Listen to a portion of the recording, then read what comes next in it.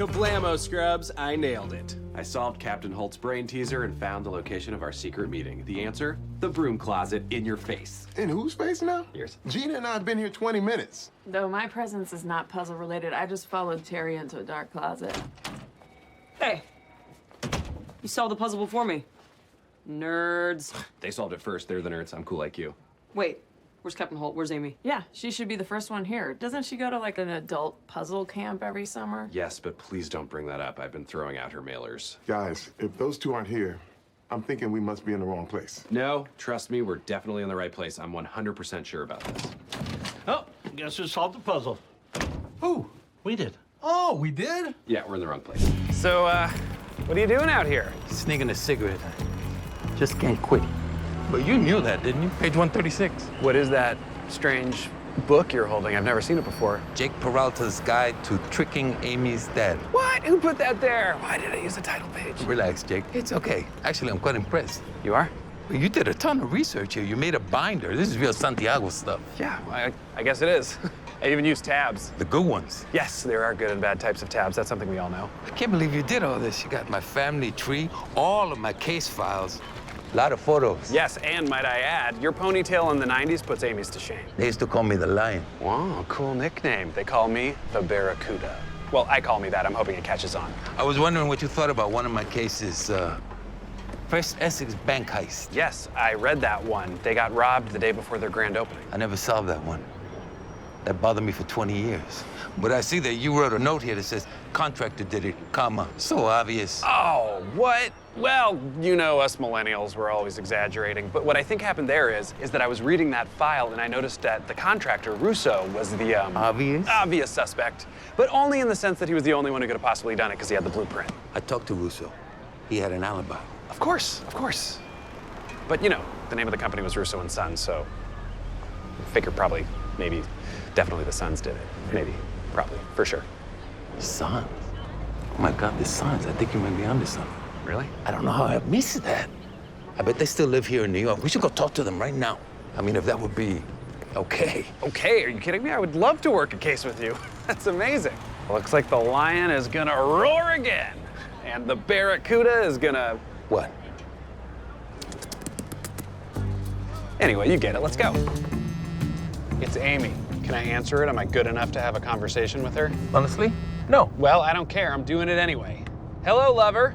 How's that butt? What? Are you with my dad? I sure am, and you're on speakerphone. So feel free to tell me all about your sexuality and the intercourse we might have together, getting it in. I was just calling to tell you there's a turkey loose in the apartment, but somehow that's not the weirdest part of this phone call. What's going on? Oh, nothing. Just had a real eye-opening conversation with your dad. I wanted his approval, but he says I'll never be good enough for you. What the hell? I know, right? Tell him he's wrong. No, I'm upset with you. That's right. Go get him, Tiger. I'm also upset with you.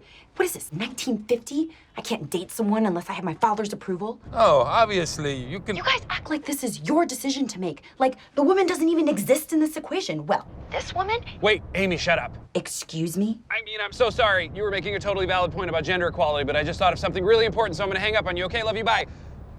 It wasn't Russo or his sons. It was the daughter! Well, he finally did it. Died horribly? Escaped. Just like he said he would all those years ago. I'll be coming back for you. I'm just like Disco, baby. I will never die. True, Disco will never die, but you will. All right, the state police is deploying 30 men and 4 helicopters to comb the area of the accident. I felt comfortable saying this disco man has danced his last disco dance. Sir, it's fun to see you breaking out the old lingo, but do you think you're jumping the gun? All the evidence points to the strangler being dead. Not all the evidence. Right, the random piece of thread you think is a yo-yo string. It is a yo-yo string, the most dangerous part of the yo-yo. It just feels like you're trying to relive your glory days. Absurd. Well, what do you have in that box over there?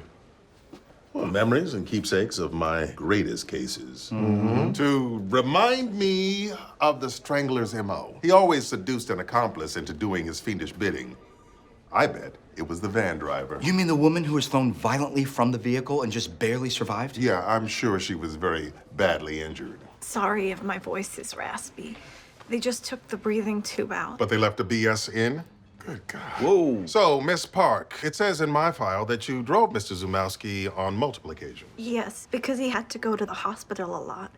He was very, very old. She's clearly been seduced. She has? Let's cut the crap. You helped him escape. You planted a cadaver in the back. You flipped the van on purpose. Then the strangler set it on fire and sprinkled some of his hair nearby so there'd be a DNA match. Then he left behind his calling card, this yo-yo string. That's not a yo-yo string. What? That's part of the lanyard we give to the older inmates when they become fall risks. You're lying. You've succumbed to his groovy voodoo. Sir, I don't think she's lying. Look at this photo from the file. Oh, my goodness. So, this string is just a string. The DNA was really a match. The disco strangler is actually dead. And that chapter of my life is forever closed. Wow, that's fantastic news. Sir, you haven't come out of your office in a while. How you doing? Terrible. You were right. I was trying to relive my glory years. But the fact remains, they are behind me. My only nemesis now? Father Time. Come on, sir. That's ridiculous. You're on the cutting edge. In fact, you're so progressive, they were scared to make you police commissioner. You're as modern as they come. What is that noise? It's my fax machine. Oh, Captain. Zowie, I'm young. What is it? It's an aerial photograph from one of the helicopters I had deployed. Take a gander, boys. It's him, the Disco Strangler. Oh, my God, you were right. Of course I was. I know him better than anyone. We're two sides of the same coin. You've told us this story many times. And you'll hear it again. Only thing those bullies have over you is that you never solved that case. So why don't we solve it together? How are we gonna do that? We'll sneak into the 6-5, steal that old case file, and work it until we find your burglar. Then we march back into that precinct. And we grind these kittens up and shove them down their throat. Yes! Don't listen to him. You're a part of something much bigger than yourselves. What up, Jake? Why are these dicks out of their cage? I stayed up all night working on your case, and Hans, John, and Nakatomi made for great company. I gave them all die-hard names. I don't understand why you waste another night on a case no one's ever gonna solve. Sarge, I am way too sleep-deprived to deal with your negativity right now. Let me show you what I did. I started off by making a map of all of the burglaries that have gone down in Brooklyn since 1996 to see if there was a pattern. That led me to this. There is so much crime in New York. No one should live here. Anyways, I tripped out on that for a couple hours, but I got cheered up after I took a picture of the kitties messing around in my little hoodie. I'll show it to you later. So basically, you wasted a whole night. No, my friend. No. Because then I dove back into your file and found this. Cool. The low point in my entire life. Sarge, this photo was taken in 1996. You told me your guy broke his spine 2 years before that, so 94. Check out his sneakers. 95 Jordans. They came out a year after the accident. Look at the soles. They're all muddy. Which means? That son of a bitch can walk! Bingo. Let's go! All right. Cat Squad, assemble! Leave the cats! Okay. Joining us for lunch, sir? Oh, no, I've already consumed the required calories for this day period. Yummy. But I do have some fun lunch chit-chat. When I was a detective, my old CO, Jim Martins, used to keep us on our toes by having us solve brain teasers. I thought maybe you'd like to try one? Don't just tease my brain, Captain. Really go to town on it. Yeah, bring it on, sir. I love puzzles. They're like power squats for your mind. Good. Here's the problem. There are 12 men on an island. 11 weigh exactly the same amount, but one of them is slightly lighter or heavier. You must figure out which. And what do these men look like facially and with respect to their bodies? It's unimportant. So like Tyrese. It's the land of Tyreses. Sure. The island has no scales, but there is a seesaw. The exciting catch? You can only use it 3 times. That sounds super exciting. Is this thing mandatory? Oh, I hope so. Please say yes. No, but there is a prize for whoever solves it first. 2 tickets to this Sunday's Beyonce Knowles rock music concert. I'm in. Marcus loves Beyonce. Everyone loves Beyonce. My girls were conceived in bootylicious. Don't tell my wife I told you that. You might as well save yourself some paper and give up now, Sarge. You know I'm gonna solve this first. You probably can't tell, but I am flexing my brain like crazy right now. Yeah, you're both wasting your time. Beyonce's my spiritual twin. Those tickets are my birthright. No offense, but this is gonna come down to me and the Sarge. Whoa, you think you two are the only ones that can solve puzzles? Yeah, what about Rosa, Gina, and me? Is this how you want to die, Hitchcock? Look, it's just that the Sarge and I are really into puzzles. Remember when I took that Sudoku cruise? I never even went on deck. $100 says Gina and I can solve this thing before you two puzzle dorks. Deal. You're going down. You're really not a part of this, Hitchcock. Are you here because you've solved my brain teaser? Sir, you've been an underdog your whole life, but you defied the odds by having others secretly help you because you didn't have what it took.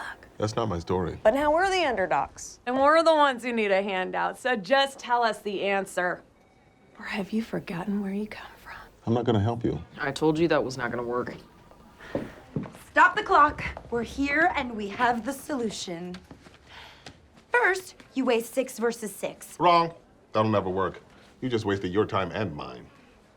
Click! I just captured the exact moment when you realized you had failed. I guess we all got something out of this. So that's it? This problem is beyond all of you. No one solved it. Believe me, no one is more disappointed in me than me. Than I, Santiago.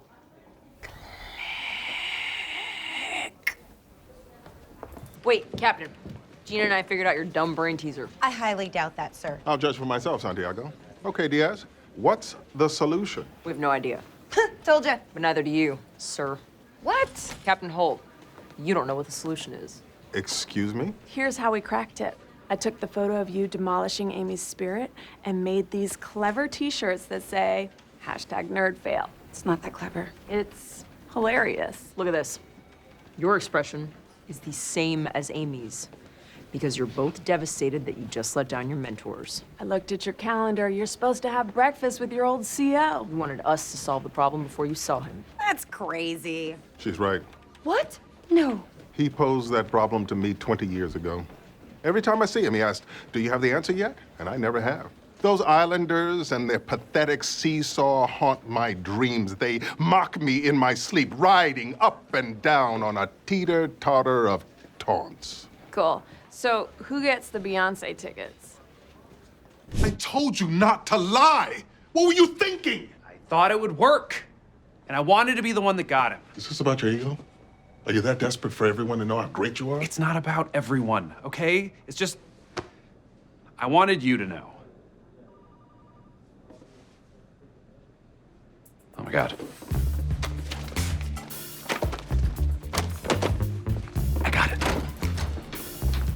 He's not answering any questions. That's okay, I have no questions. That's right. I'm about to monologue, son. You better make it quick. You only got 8 minutes. All right, then let me paint you a picture. I'm Philip, a successful periodontist that's become addicted to diazepam, a sedative I take because I'm junkie scum. Also, for real, addiction is a disease I would be super empathetic if you hadn't murdered a man. What is the point of this? I'll get there. So, one day I'm working late when my boss Robert surprises me. He found out I was stealing meds. Again, junkie scum. Also, again, not your fault, there's a major genetic component to addiction. He says he's gonna file a police report. I could lose my license. We fight and something in me just snaps. So I grab the first thing I can find and I hit him with it. You still have no murder weapon. I do now.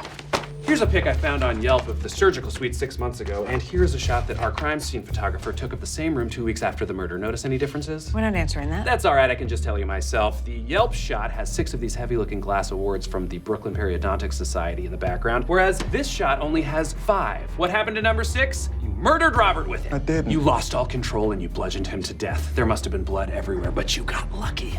You were in the surgical suite. It can be sterilized. You never would have gotten away with it in your carpeted office. That's not what happened. Don't say anything more, Philip. And your office manager would have heard all of the screaming, but she was at her grandson's play. Lucky again. You're wrong. You put Robert's body into a wheelchair and shoved it in the elevator. It's a miracle there wasn't blood everywhere. That's not true. Now you're in the garage with a corpse. You panicked and left your phone in your office, and you don't have your car keys, but Robert's are in his pocket, so you put him in his car and you take off. No. You can't believe what you've done. No. Philip. You're flustered. You have no GPS, so you just start driving. No. Philip. Next thing you know, you're in the Pine Barrens and it hits you. Your uncle's cabin. He has a place there. You're the luckiest son of a It wasn't luck. Yes, it was. You got lucky at every turn. No, I knew exactly where I was driving. I left my phone in the office on purpose. I was in a surgical suite by design, and I didn't use some glass award that any idiot would clearly see was missing. I made a rod out of a special dental polymer, killed him with it, then melted it back down. It's already in a patient's mouth, son!